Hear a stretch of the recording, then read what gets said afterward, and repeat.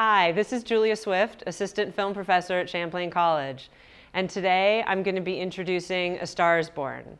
There have been so many different versions of A Star is Born, but today we're watching and talking about the original, the 1937 version, which is my absolute favorite. And no secret to me why it's my favorite. It was written by Dorothy Parker. Yes, the Dorothy Parker, who when her doorbell used to ring, she would say, "What fresh hell can this be?" And in her time, that was quite snarky for a young lady, and even an older lady as she became. Dorothy Parker was one of the famous wits and intellectuals of her time. She was part of the Algonquin Round Table in New York City, but she was married and had a tumultuous marriage, and at one point, she and her husband divorced and remarried many times, but at one point she went out to California to write for the movies with her husband. And she and her husband were hired to write A Star is Born. I can't imagine anyone else having written this role, this movie, besides Dorothy Parker. And even though there were so many other versions to follow, Dorothy Parker's original strength and wit shines through in every version. A Star is Born follows the classic tale of a young woman in the country who wants to become a Hollywood starlet. And her family tells her, no, no, no, no one gets to do that. And she thinks, I am going to be the one in 100,000. It is going to happen for me. And she runs off to Hollywood and meets an aging alcoholic star who helps her become a star, and then has to struggle with how that makes him feel about his life.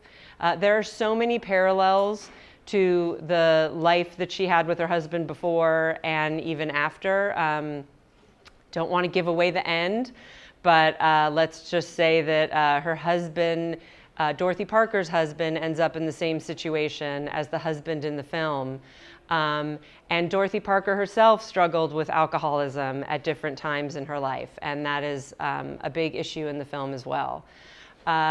Another thing that I love about this film is that it's about a young starlet, but she doesn't use her sexuality. She is sweet and innocent at the same time that she's snarky and pushes for what she wants and never takes no for an answer. Again, the real Dorothy Parker showing through. Dorothy Parker ended up being a huge proponent of civil rights. So much so that when she passed away, she left her estate to Martin Luther King Jr. And then when he passed away, he left the rest of her estate to the NAACP. And for that reason, her ashes are actually now at the NAACP headquarters in Baltimore, where there's a plaque that has a very Dorothy Parker little saying on it, "Pardon my dust," which she had chosen. Again, more of her irony and wit showing through. Before that, her ashes were in her lawyer's filing cabinet. So it's a much more, for me, appropriate place for a woman who broke boundaries. And I love, so many of Dorothy Parker's works have sort of been forgotten, but A Star is Born is one that is continually remade.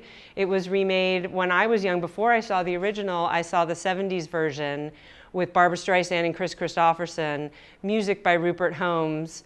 Amazing film, very campy, still had some of that same wit, but not as powerful as Dorothy Parker's original version that you're going to see tonight. There is actually another version in production right now that's going to come out in 2 years, first directing effort by Bradley Cooper, that's going to star Lady Gaga.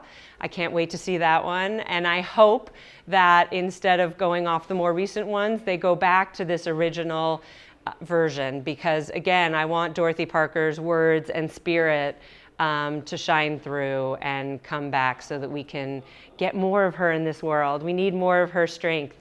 I really hope you enjoy tonight's Star is Born, and look for, in the beginning and the end, the fact that we actually see script pages. It begins with a script page and ends with a script page, which to me, especially for this film, is so important because, again, to me, this is all about Dorothy Parker's script.